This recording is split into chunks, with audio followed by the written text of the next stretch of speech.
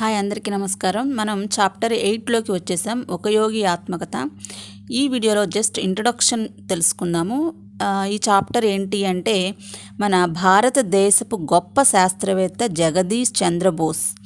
మనకి యోగానందుడు ఆల్రెడీ చెప్పాడు ఏమని, నేను నా గురువుగారిని కలుసుకోవడానికి ముందు ఒక నలుగురు సాధువుల్ని కలుసుకున్నాను అని.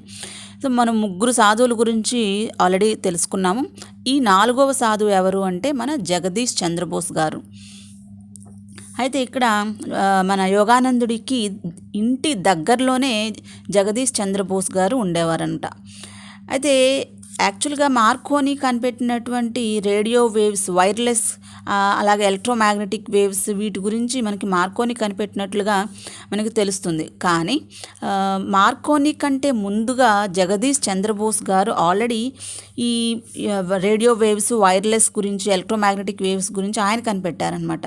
బట్ మనందరము కూడా radio waves, father of radio waves అంటే మార్కోని గురించి మనం మాట్లాడతాం, కానీ జగదీష్ చంద్రబోస్ గారి గురించి మనం ఎక్కడా చెప్పుకోము.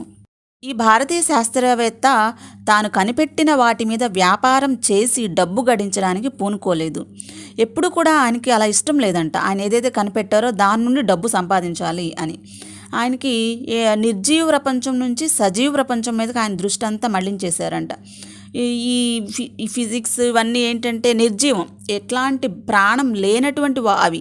సో వాటి గురించి కాకుండా ప్రాణం ఉన్న వాటి గురించి మనం ఆలోచిద్దాము, వాటి గురించి తెలుసుకుందాము అని ఆయన ఆలోచనలన్నీ మడించేశారు.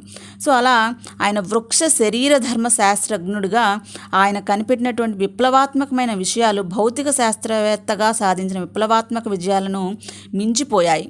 ఆయన ఇంట్రెస్ట్ అంతా కూడా ఫిజిక్స్ నుండి బాటనీ మీదకి మళ్లించారంట. మనకి యోగానందుడు ఆయన ఇంటి దగ్గరికి వెళ్తారను, ఆ ఇంటి దగ్గర జరిగినటువంటి విశేషాల గురించి మనం నెక్స్ట్ వీడియోలో కొన్ని తెలుసుకుందాం.